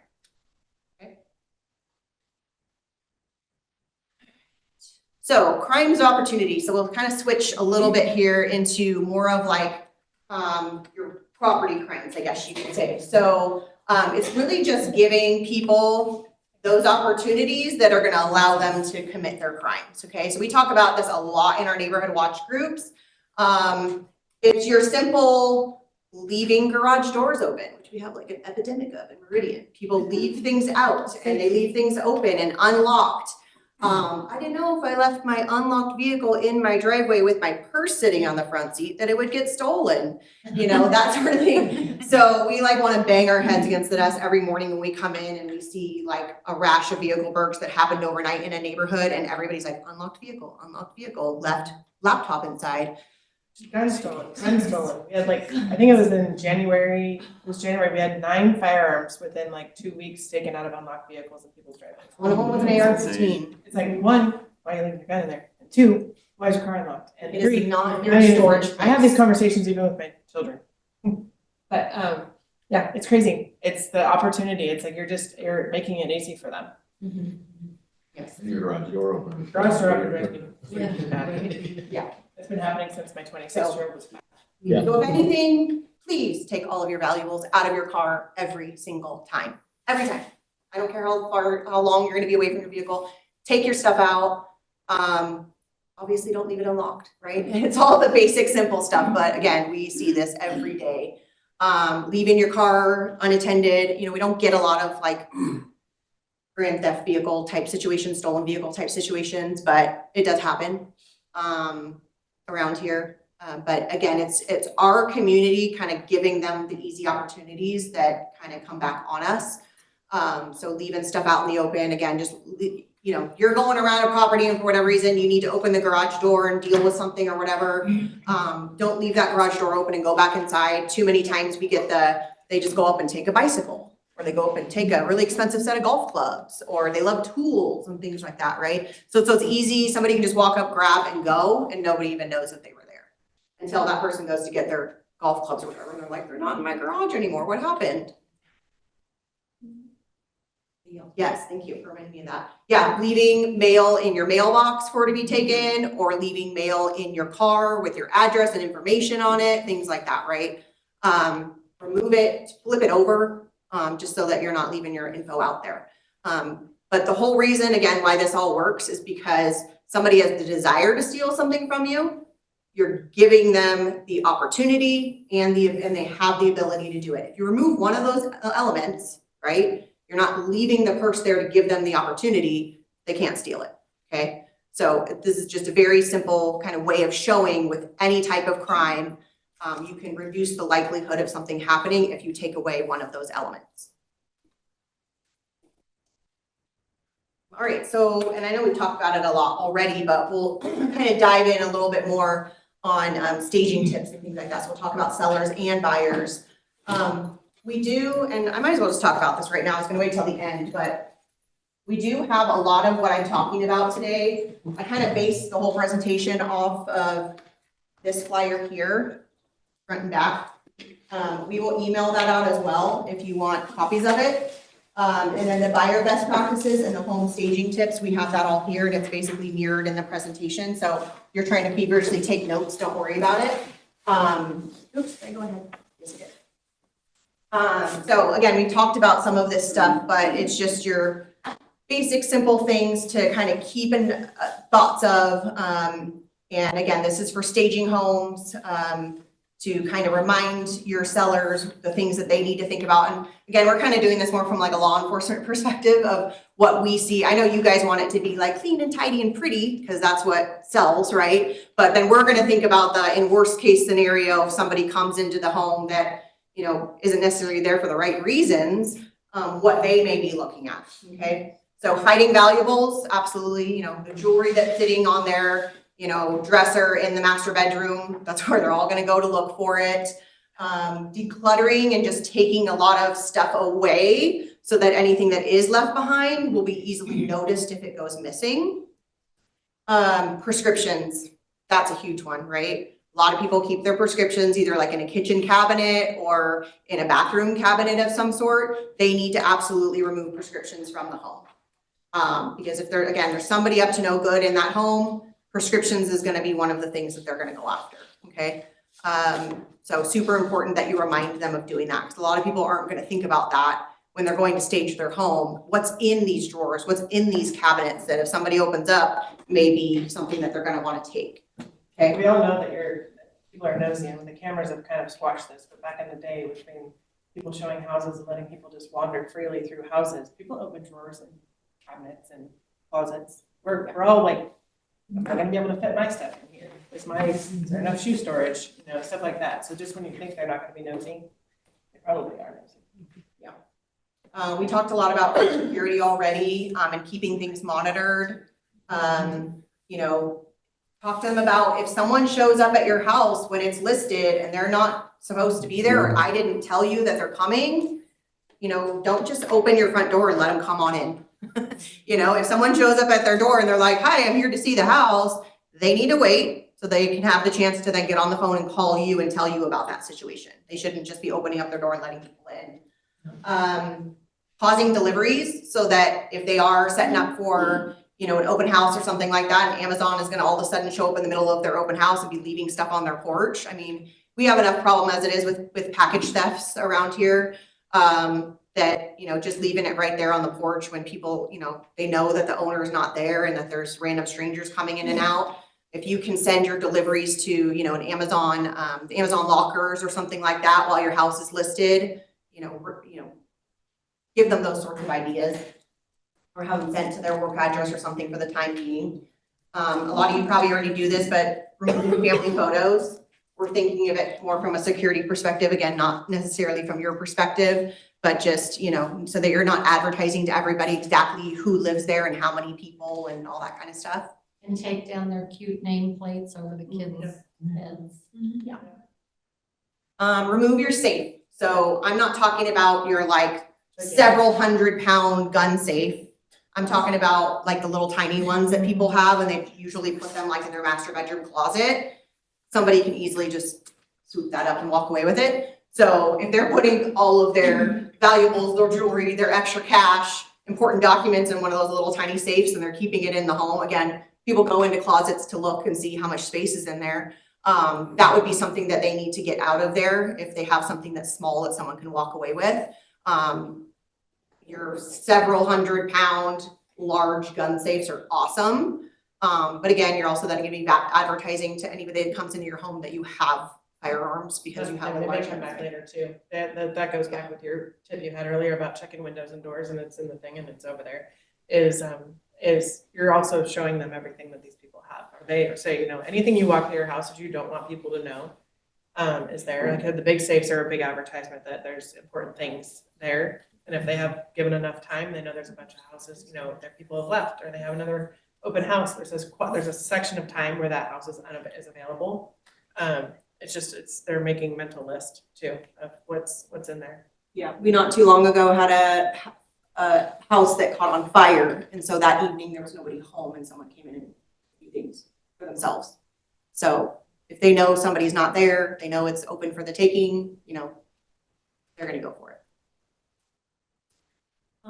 Okay, so for buyers, just some, you know, tips that you can give your buyers when they're going into homes and things like that. Obviously, you'll usually probably be with them, but you know, just not exploring alone and things like that, making sure that they know kind of who or what is in the house before they start running around.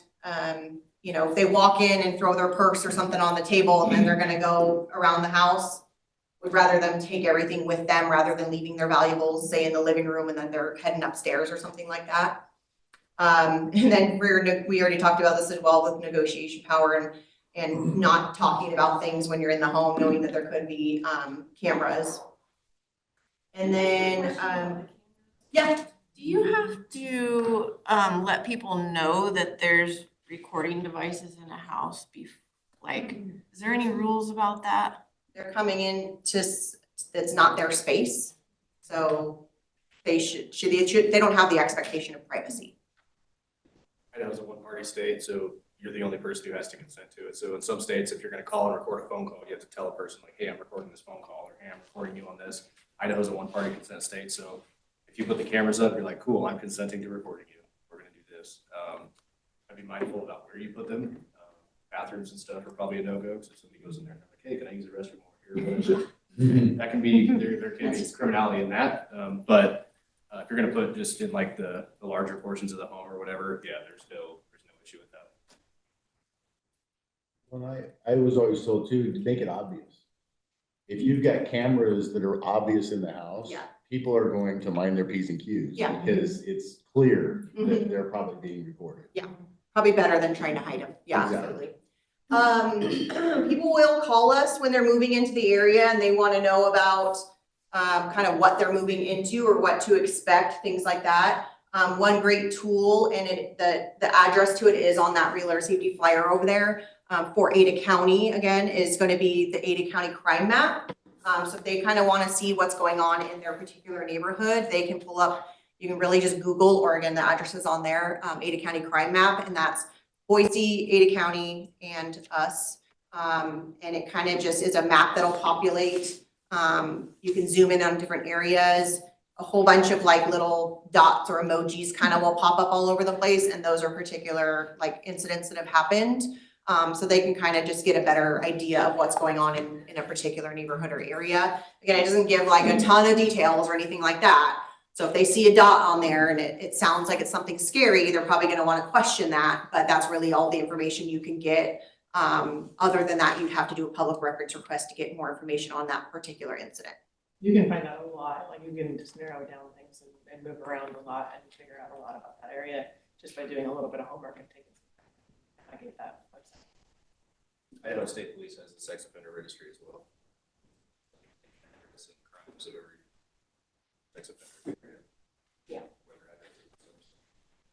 Idaho State Police, does that? The Meridian City has nowhere. I-courts? What's that? Is it not on the I-courts? That's That crime will be on I-courts under that person. If you look up that person, that crime will be under there. But if you go on to Oh. ISP's website, you can search an address and click a radius, and it'll show the circle, and then it'll show all the dots. And you can click on each dot, it'll say, this is this person, he committed this crime, he's on parole for this or whatever. It has a picture, name, and everything, so you can, which is good if you take your kids to a park or something like that and you see this person, it's like, okay, we gotta get out of here or whatever, so. Is it just sex offenders or do they do other offenders on there? So a lot of people think sex offenders are like children violators only, no, like rape, sexual assault, even like adult on adult crime, that'll all be on there. Yeah, anything with sexual nature, it's required you to register as a sex offender will be on there. And Meridian, I don't know about anywhere else, but just for you guys in Meridian, we check on our sex offenders once a quarter. So we'll go to their house, park right in front so everybody can see it. We go up there, we talk to them, make sure they still have the same car, they're still living at that address, all these things, just so we can keep an eye on them and make sure that they're doing the things they're supposed to and not changing their vehicle or their license plates or it's illegal to move as a sex offender without reporting it, so we make sure they're still living there. So we check on them just to make sure they're on the up and up, at least in Meridian. I don't know about Boise Regional County, but.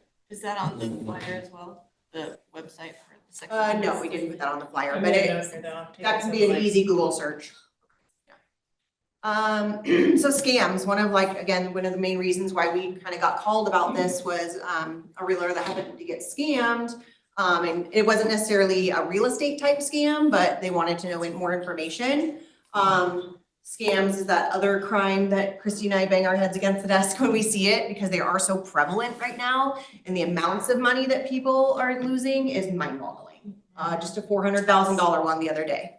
Guy put his entire life savings into some crypto and it was completely bogus. So yeah, the amount of stuff that we're seeing, the amount of money that we're seeing, the different types of scams is insane.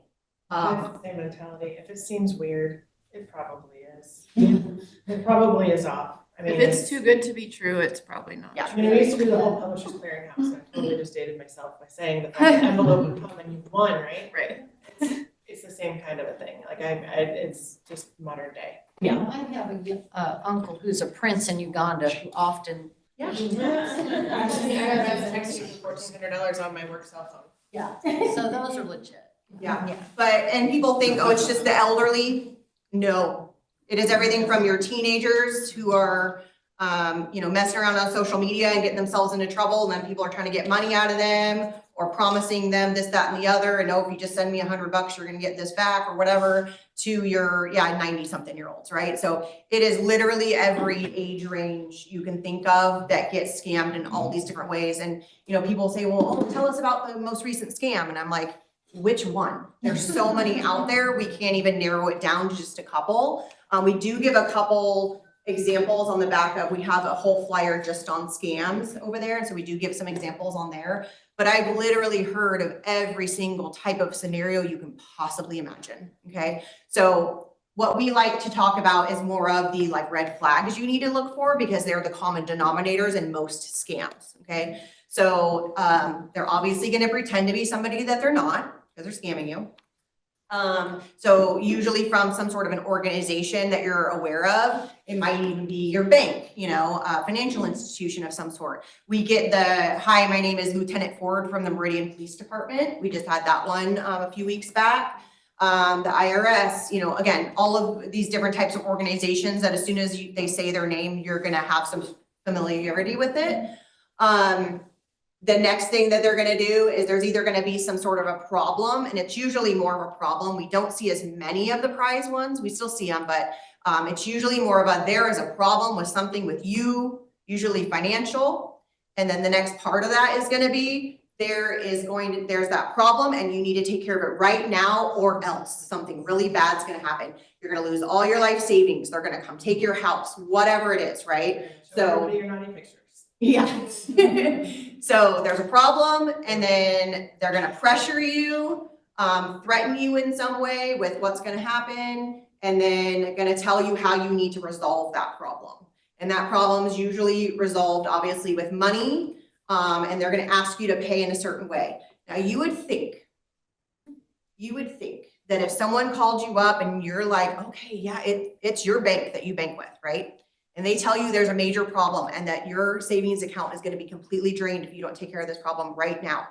But the way that you can help that problem and stop that problem is if you go to the store right now and you buy $500 worth of Google cards or something like that, and you send it to me right now, it's gonna be resolved. You would think everybody in this room is like, okay, like, right, hang up, scam. You would think. I don't know what psychologically happens to people when they get put in these situations. But if anybody is sitting here right now saying this will never happen to me, I would never fall for something like that, you're kidding yourself. Because yes, everybody in this room probably knows something that has happened to someone. My own mother, who worked in law enforcement for a long time, called me one day in a panic because her bank had called and said there was a problem. And she's calling me saying, this is not right, right? But she's questioning it. And I'm like, mother, stop right now. What are you doing? Like, come on. I'm like, don't answer the phone. Because she's like, he keeps calling. I'm like, do not answer your phone. March your butt down to your bank right now and go talk to them. Yeah, she did have a situation with the bank years prior to that where there actually was a problem with her account. So kind of having this come up, she was thinking that same train of thought she was back then. But I was like, stop, just stop. Like, think about what's happening right now. Just go into your bank and talk to them. It's your money's not going to disappear in this next second. Get in your car right now and go drive down there if you need to make yourself feel better. Because people just get so wrapped up in that moment. Again, they get threatened. As soon as they get threatened and then they're, feeling that pressure that something's going to happen to them right then and there, they lose all common sense. People who have never used cryptocurrency, all of a sudden try to go figure it out under these circumstances. And I'm like, they go feed $10,000 into a crypto at the ATM. Jacksons. So you're saying the IRS won't satisfy my outstanding tax bill with an Amazon gift card? No. We all hear about Amazon gift cards. Yeah, so it's insane what we see. Everybody can be affected by it, whether it's through text message, email, phone call, think of all the different ways that they can contact you. Yeah, it's crazy. We get hundreds of emails a day. I think I literally have ones from like AT&T and all the like normal companies, but they're not really even the normal companies that I would pay a bill to. I'm sure you guys all know about like the hovering on the email to see if it's really back to whoever it says it is. It's everywhere. It's like I second guess my inbox like most of the day. I'm like, that's not even really Shutterfly. I don't know. Yeah, and it's just question it. And like with regular ones, I unsubscribe to them. If you're not on their list, remove it or block it or delete it or So several of my friends and myself included keep getting text messages for tolls. Oh, yeah, I know that. Oh, I just was. I had fast track yesterday and I haven't lived in California for 8 years. Yeah, and one of my friends got it for Florida and she had just left Florida and she was like, I almost paid it. And then I was like, wait, like, didn't I prepay that when I got my, So, and we were talking about it at a signing and the client literally got the same text while we were sitting there. Oh, yeah. So you just really need to make sure that you're questioning $6, things, right? it's not a big deal and. Yeah. You get that text message, don't click on the text message, don't call the phone number in the text message, remove yourself from that text message. It does look like it comes from ICCU or your bank or whatever. Independently contact them. Don't do it through whatever way that they're telling you to do it. If it's a phone call, and again, they're doing the whole, you need to take care of this right now, what's your information? They're trying to verify information and that kind of stuff, stop. First of all, they should have all your information. Second of all, let's go find their number independently, typically on the back of your credit card or something like that, right? Don't just Google either. If you ever Googled like Amazon support or something like that, you're gonna get a whole slew of false numbers. So that's how people fall into these things too. But just question everything. That's really all I can say because there's so much out there. We can't even narrow down what it is that, you should be looking for. But again, just think of those 4 red flags. Who they're from, what they're telling you the problem is, what sort of pressure they're putting on you, and then how they're telling you can resolve it. Okay. I mean, we get people that walk into the police department, they're on the phone and they walk up to the desk and they're like, yeah, I have somebody on the phone and they're telling me to do this. And I'm like, okay, hang up the phone. And they'll stay on the phone with them, but they're telling me, no, hang up the phone. And they'll still stand there on the phone. Talk to them? because they're terrified to hang up that something's going to happen to them. So it's, again, whatever psychologically happens to people when they get put in those situations, I can't explain it. Some real estate specific type scams. You got your email phishing because you guys are dealing with emails so much. Rental listings is something that we saw a few years back. We saw a lot of your rental listing type scams. People are throwing up houses online and saying they're for rent and then collecting, deposits and things like that. And then the person comes to move into their home and it's either not actually for rent, or they were going through somebody that's not the actual rental company and things like that. Home inspectors, moving companies, I've heard of a few. I had one lady that she had just moved. This was when I was out with Luna. Her entire house was in a moving van. She somehow was able to track it, that it was sitting in Las Vegas. I mean, her deceased son, all of his belongings were in this moving van. I don't know if the poor lady even found her moving van eventually. But we've had people that completely, their entire contents of their homes just go bye-bye because they go with some random moving company. I had two different ones. I had appliance theft. I had two different people, realtors, show up for open houses, and all the expensive appliances were ripped out of the house and gone overnight through a rainstorm. So a box truck shows up that looks like the neighbors also all thought was somebody helping them move, and they were there all night removing every single appliance. Wow. And I mean, down to not even appliances, to towel racks and anything that wasn't nailed literally down. They walked into it and they're like, oh, this is interesting. The title and mortgage stuff, I mean, for my mortgage friends in the back, like this is when that communication piece becomes very, very important. Communicate with your clients of when they're supposed to be receiving emails, helping them with dealing with those, all that communication that's happening during that time when stuff is, getting finalized, documents are getting signed, all those sorts of things. We've had mortgage companies and things like that, their email gets hacked. They start sending out emails to their clients, and then there goes all their life savings that they've, wired off or whatever to who knows who. And with a majority, 90-something% of the scams that we see, people are not getting their money back. No, there's very rare occurrences where we're able to intercept something, but it's extremely rare. So I had wire fraud for one of my clients and I got the money back. Wow. $185,000. The title rep got impersonated on our title. And my client sent it over. And so then there's a list of things to do. They say you can call your bank and then call the local police, FBI, Secret Service. I would say the first thing to do is call the bank. So have your client call the bank and you call Secret Service. So I tried calling Boise and they never picked up. I heard it's just two guys there.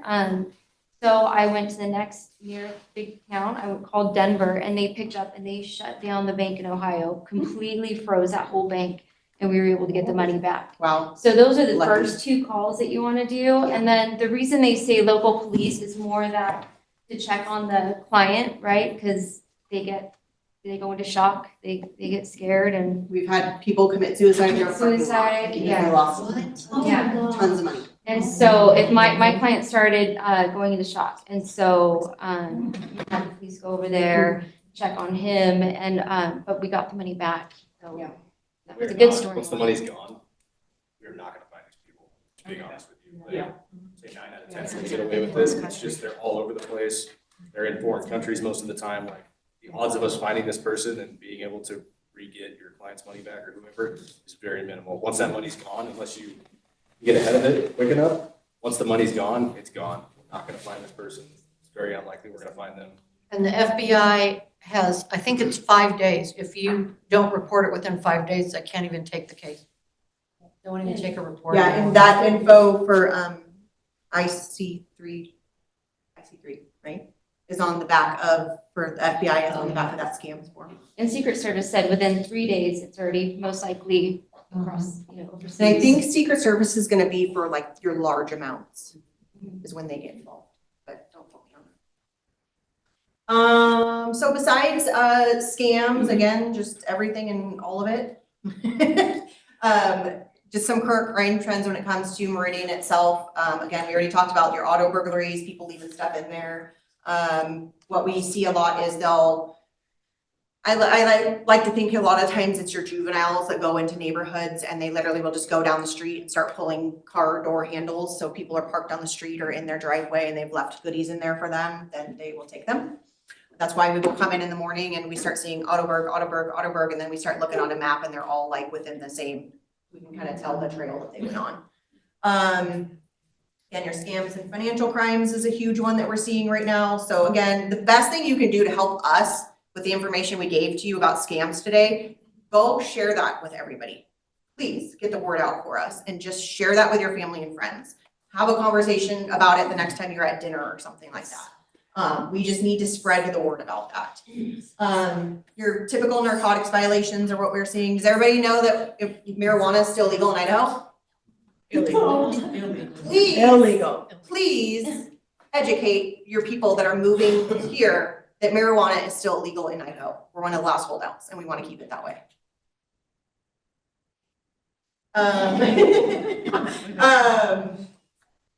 Domestic violence is another, one that we see quite often. And then your theft and your different types of property crimes is kind of what we call crime trends here in Meridian.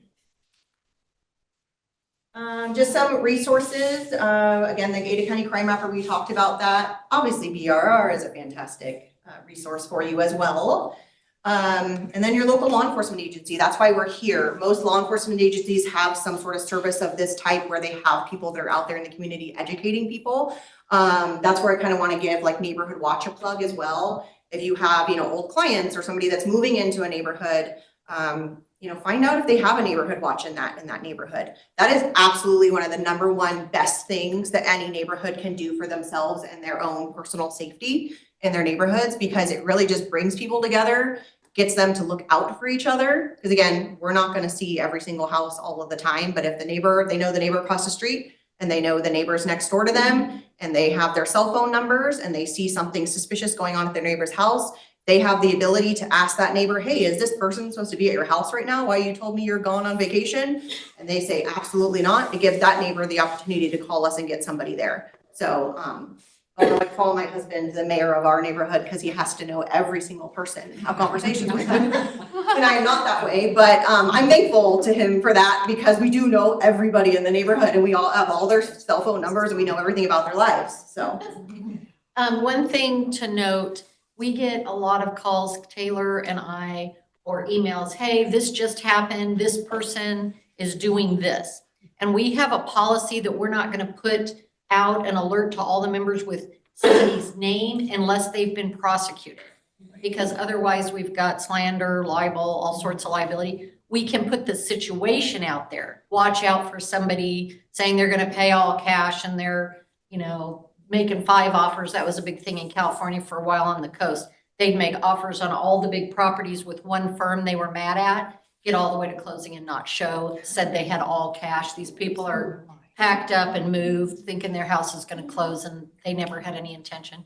So just know that if you report something, we want to know about the situation, but if we can't put, this was Lisa and Lance Martin in person, we're not going to put people's names in there, but we try to make the situation just generic so you guys know about it. Let me just I'll get you in just a moment. Let me just run through some of the stuff that's over here before I forget. So some of the resources that we brought for you today, if you have maybe somebody that's a little bit older and they have a lot of prescription meds and they're moving out of their home and they need to start taking care of some of the stuff in their house, or someone leaves prescriptions behind in a home that you're going to list or something like that. We do have a prescription drug take back. This one happens to be coming up. It's a large one that's happening at the Blue Cross of Idaho building. They do this one twice a year. This one's coming up on April 26th, where you can bring larger amounts of meds. You can keep them in the bottles. You just bring it in a bag and dump it off. Everything gets incinerated.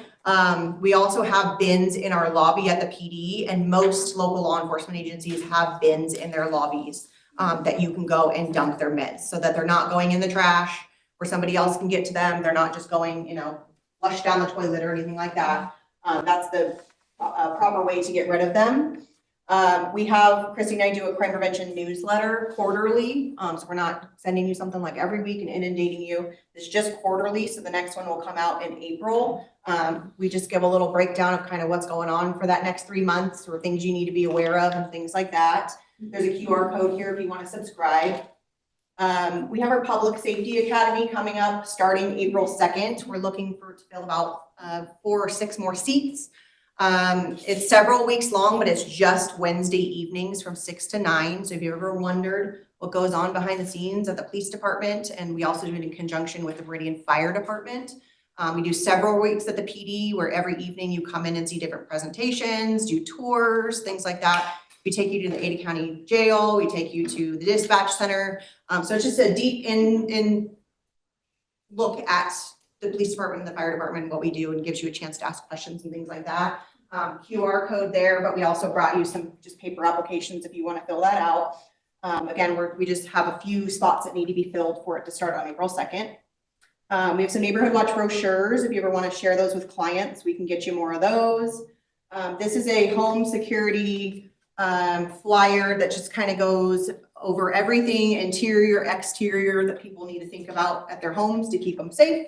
Some information on firearms responsibility. There's some scam stuff here. Again, this is a good one that kind of just runs down all that basic stuff about scams that we talked about. Our card is up here. You can take a few magnets if you'd like. The new one that we have where you can write your address in there. So especially for kids, write your address on there and stick it on your refrigerator so that if they have to call 911 or something like that, they know their address. A lot of people will forget their address when they're in a high pressure situation. And then again, the different handouts we have here that talk about everything that I would kind of put in the presentation. And then if you want to take one of these little coins, you can, but the QR code on the back is actually for going to our recruiting website.